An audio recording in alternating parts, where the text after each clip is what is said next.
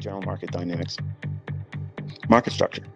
I got a student that I literally just tossed out of my private group because he's literally teaching my private mentorship and teaching the 2022 model like it's his own, whatever.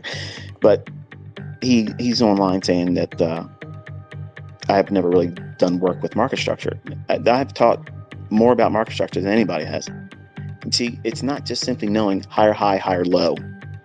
That's not it. You need to know the dynamics from the higher time frame down the lower time frame, and then the lower time frame back up to the higher time frame, and how all that fits together. Market structure is one component. That's it. But when you understand it, all it needs to be done is reduced down to what I showed you in the model on 2022.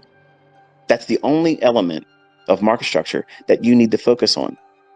Everything else that everybody makes these courses and videos about, okay, you got higher highs, higher lows, higher high, higher lows, and then you're going to wait for that shift.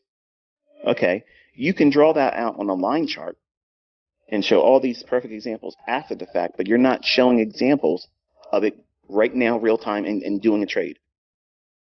That's what I have an issue with, and that's why I don't like people trying to teach my stuff, because you can do it in hindsight and sound smart, but you can't do it going forward, which means you don't know what you're doing. So you can't teach that. That's how you discern who can teach. Hear that? Got a bullet point list. ICT's been knocking them off. He's been really focused. I got a bullet point list here. I got some shit talking at the end of this video, don't worry. The other part is seasonality. Seasonal tendencies, the effects of when the market is more likely to produce large range moves on the daily chart. And there's a lot of volatility. As an index trader, you want to know when there are earnings seasons. And you also want to be aware that during the summer months, now this hasn't really been true in the last 2 months. I'm sorry, the last 2 years rather. Typically, the summer months, and when I say that, it's like July, some of June's good, but July and August, they can tend to be really just real cruddy type of market conditions where you don't really want to be pushing it too hard. And it's better really to just take those months off. And that doesn't mean you can't find trades, and obviously you've seen I can do that too. But when I teach, okay, the detractors out there love to try to take one thing that I say and twist it up and try to make an argument out of it. They'll say, ICT says that he doesn't trade on Mondays, and here's my example of trading Mondays. Okay, I go out and trade Mondays.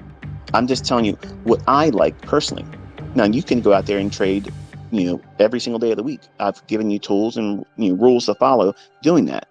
But I like to have a lot of things in my favor before I go out there and just try to engage, because my character flaw and my weakness is I want and aim for perfection. And you see in my entries, I'm in there on those high candles going short, and I'm getting out on those low candles when I'm covering a short, and I'm buying on the low candles and I'm selling at the high candles. You can't deny that, and it's matching everything that I teach. The logic is there.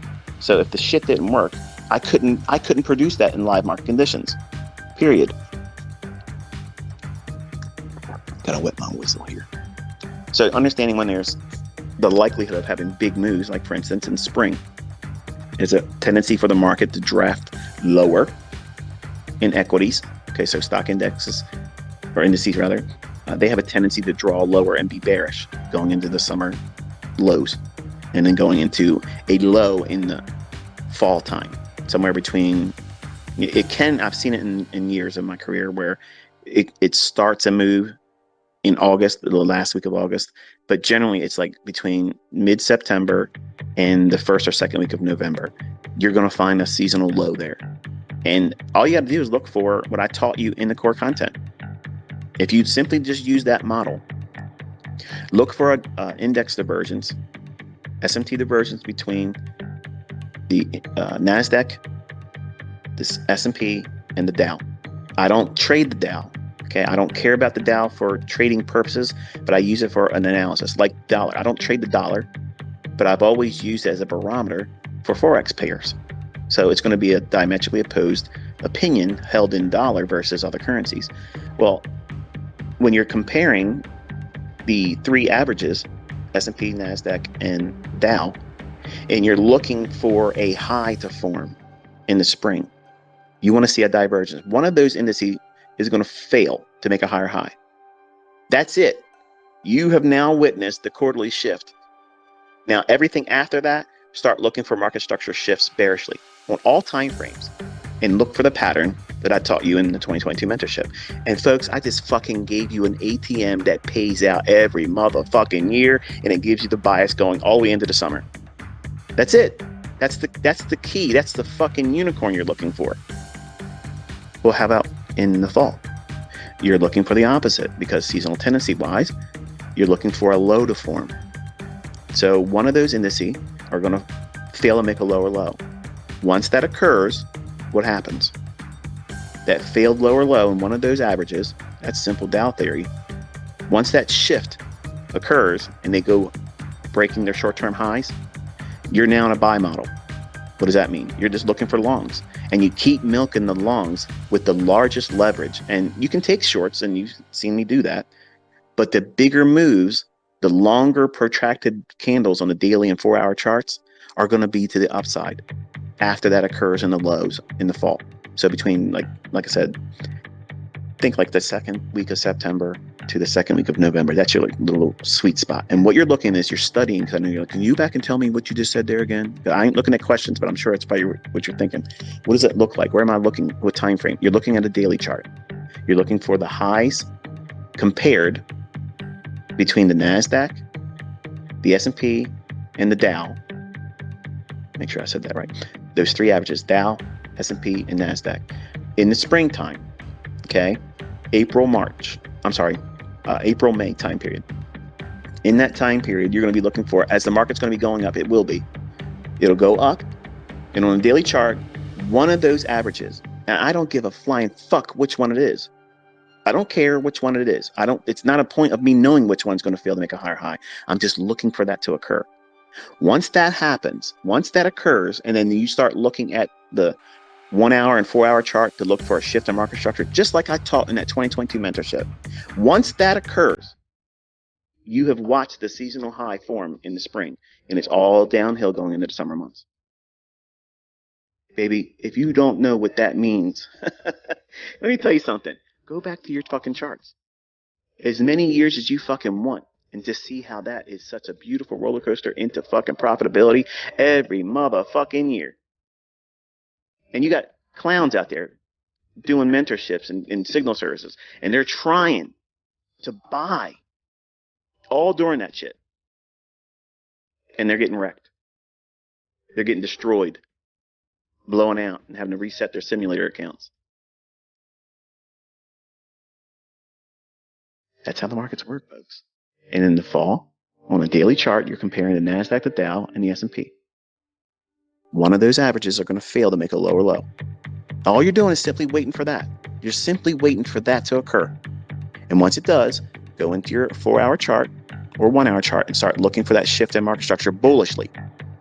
Once that occurs, you just watch the low form in the fall and just start looking for your best trades going long.